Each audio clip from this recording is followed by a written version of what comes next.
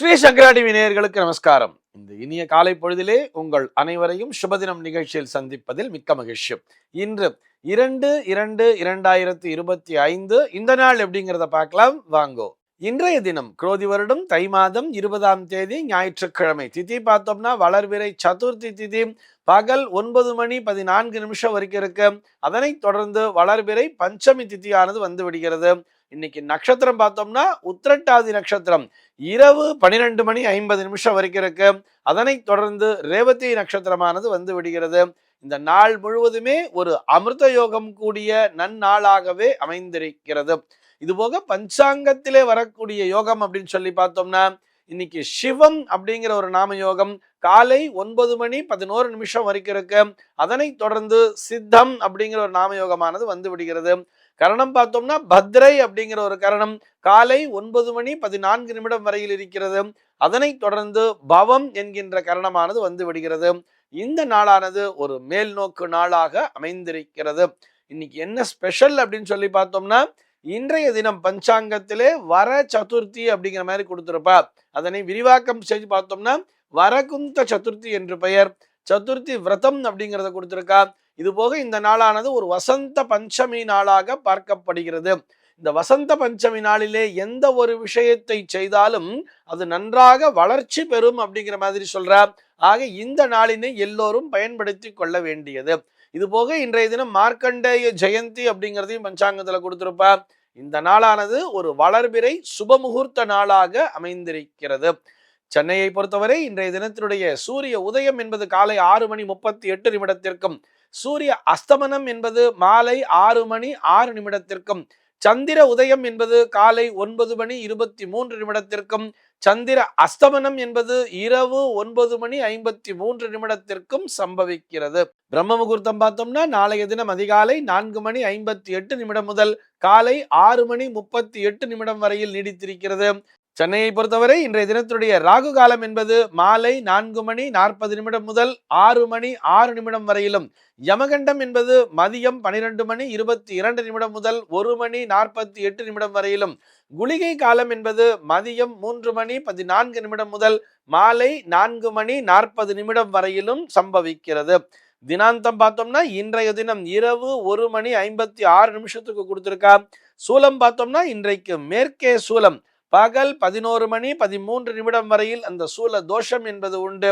அதற்குரிய பரிகாரமாக வெள்ளம் தானம் எடுத்துவிட்டு மேற்கு திசையை நோக்கி பயணிக்கலாம் அப்படிங்கிறதையும் சொல்லி இருக்கா. இன்றைய தினத்தினுடைய ஆன்மீக தகவலாக நம்ம என்ன பார்க்க போறோம் சொல்லி பார்த்தோம்னா ஒவ்வொரு ஞாயிற்றுக்கிழமை நாளுமே நம்ம கதை நேரம் அப்படிங்கிறத பார்த்துட்டு இருக்கோம். அந்த வரிசையிலே இன்னைக்கு என்ன கதையை பார்க்க போறோம் சொல்லி பார்த்தோம்னா மேலே இருப்பவன் பார்த்து கொள்வானா அப்படிங்கிற ஒரு தலைப்புலதான் ஒரு கதையை பார்க்க போறோம். நம்மில் பலரும் எப்பயுமே பார்த்தோம்னா அடிக்கடி எல்லாம் மேல இருக்கிறவன் பார்த்துப்பா எல்லாம் மேல இருக்கிறவன் பார்த்துப்பா அப்படின்னு சொல்றோம் இல்லையா. அதுக்காகத்தான் இந்த கதையை பார்க்க போறோம். ஒரு ஊர்ல ஒரு விறகு வெட்டி இருந்தானாம். அவன் மிகவும் இறை பக்தி உடையவனான். தினந்தோறும் இறைவரை நமஸ்கரிப்பான். அதே மாதிரி தான் உண்டு தன்னுடைய வேலை உண்டுன்னு இருப்பானாம். காட்டுக்கு போவா, விறகினை வெட்டுவா, அதை கொண்டு வந்து வித்துட்டு அதுல என்ன காசு வருதோ அதை வச்சுண்டு தன்னுடைய அந்த குடும்பத்தை நடத்தி கொண்டிருந்தான்.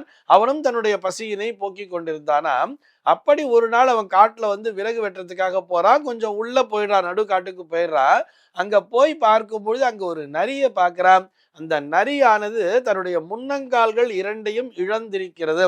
அந்த நரிக்கு பார்த்தோம்னா முன்னாடி 2 காலுமே இல்லையா. அது ஏதோ ஒரு விபத்துல இழந்துருச்சா என்னன்னு தெரியல, எப்படி போச்சுங்கிறதுன்னு தெரியாது.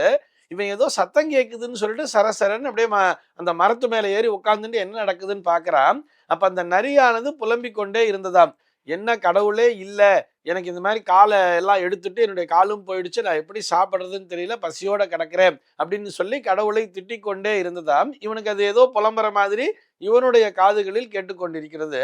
கொஞ்ச நேரம் கழிச்சு பார்த்தோம்னா அங்கே ஒரு புலியானது வந்ததாம். அந்த புலி என்ன பண்ணுதுன்னு பார்த்தோம்னா ஒரு மானை வேட்டையாடி அந்த மானை அப்படியே இழுத்துண்டு வந்துட்டு இருக்கு. அங்க வச்சுட்டு அந்த மரத்தடியில வச்சுட்டு அந்த மானை நல்லா சாப்பிட்டுட்டு அந்த புலியானது அங்கேருந்து போயிடுச்சாம். கொஞ்ச நேரத்தில் அந்த நரியானது பார்த்துட்டு அப்படியே தன்னுடைய கால்கள் இல்லாம அப்படியே பின்னாடி உடம்பை இழுத்துட்டு அந்த புலி மிச்சம் வச்சுட்டு போச்சு இல்லையா. அந்த மிச்சம் இருக்கிற அந்த மானினுடைய கறியை மொத்தமாக அது சாப்பிட்டு முடிச்சிருச்சா. நரிக்கு இப்போ பசிங்கிறது அடங்கிடுச்சாம். இதையெல்லாம் இவன் மேல இருந்து பார்த்துட்டே இருக்கான். இவனுக்கு பார்க்கும் பொழுது இவனுக்கு திடீர்னு ஒரு விஷயம் ஸ்ட்ரைக் ஆறுது. இந்த நரிக்கும் இறைவன் உணவினை அளித்திருக்கிறானே, ஆக இந்த நரியானது கடவுளே இல்லைன்னு சொல்லி திட்டின்னு இருக்கும் பொழுது, கடவுளே இல்லைன்னு சொல்லக்கூடிய அந்த நரிக்கு கூட இறைவன் படி அளந்திருக்கிறான்னு சொன்னா, தொடர்ந்து நான் இறை வழிபாடு செய்து கொண்டே இருக்கிறேனே, நான் ஒரு பக்திமான் தானே, இறைவனை முழுமையாக நம்புவன், எனக்கு மட்டும் படி அளக்க மாட்டானா என்னன்னு சொல்லிட்டு, நான் எதுக்கு கஷ்டப்பட்டு விறகு வெட்டணும்னு சொல்லிட்டு இந்த விறகெல்லாம் தூக்கி போட்டுட்டு எல்லாத்தையும் போட்டு அவன் வீட்டுக்கு போயிட்டாராம். எப்படியாவது இறைவன் எனக்கு படி அளந்து விடுவான் அப்படின்னு சொல்லிட்டு வீட்டுல போயிட்டு குளிச்சுட்டு கோவிலுக்கு போறான், திரும்பி வீட்டுக்கு வரான், கோவிலுக்கு போறான், வீட்டுக்கு வராங்கிற மாதிரியே கொஞ்சம் ஒரு 2-3 நாட்களை கழித்தாராம். பசி கண்ணை சுழற்றுகிறது, என்ன பண்றதுன்னு தெரியல. ஆனா இவனுக்கு உணவுங்கிறது சேரல. அப்படியே இந்த கோவில் தூண்ல சாஞ்சுண்டு அப்படியே கண்ணை மூடிட்டு இருந்துட்டானாம். ரொம்பவும் பசி கண்ணை அப்படியே இருட்டிண்டு என்ன பண்றதுன்னே தெரியாம இருக்கும்போது அந்த ஸ்டேஜில் கூட அவனுக்கு சாப்பாடுங்கிறதே கிடைக்கல. ஒரே அவனுக்கு சோதனையா போயிடுறது. திடீர்னு கண்ணை திறந்து பார்த்து அப்படியே அந்த இறைவன்கிட்ட கேட்கிறானா, இறைவா இது நியாயமா? கடவுளே இல்லைன்னு சொன்ன அந்த நரிக்கு கூட நீ படி அளந்திருக்க, ஆனா தினந்தோறும் உன்னையே வழிபட்டு கொண்டிருக்கிறேன், எனக்கு நீ படி அளக்கவே இல்லையே, எனக்கு சாப்பாடு போடலையே, இது நியாயம்தானா அப்படின்னு சொல்லி அந்த விறகு வெட்டி அந்த கடவுளை பார்த்து கேட்டாராம். இப்ப கடவுள் கண்ணை திறந்து பார்த்துட்டு சொன்னாராம், நீ பாடம் கத்துக்கிட்டு இருக்க வேண்டியது யாருக்கிட்ட இருந்து தெரியுமா? அந்த நரியிடம் இருந்து அல்ல, அந்த புலியிடம் இருந்து. ஏன்னா அந்த புலிக்கு உடம்புல வலிமைங்கிறது இருந்தது.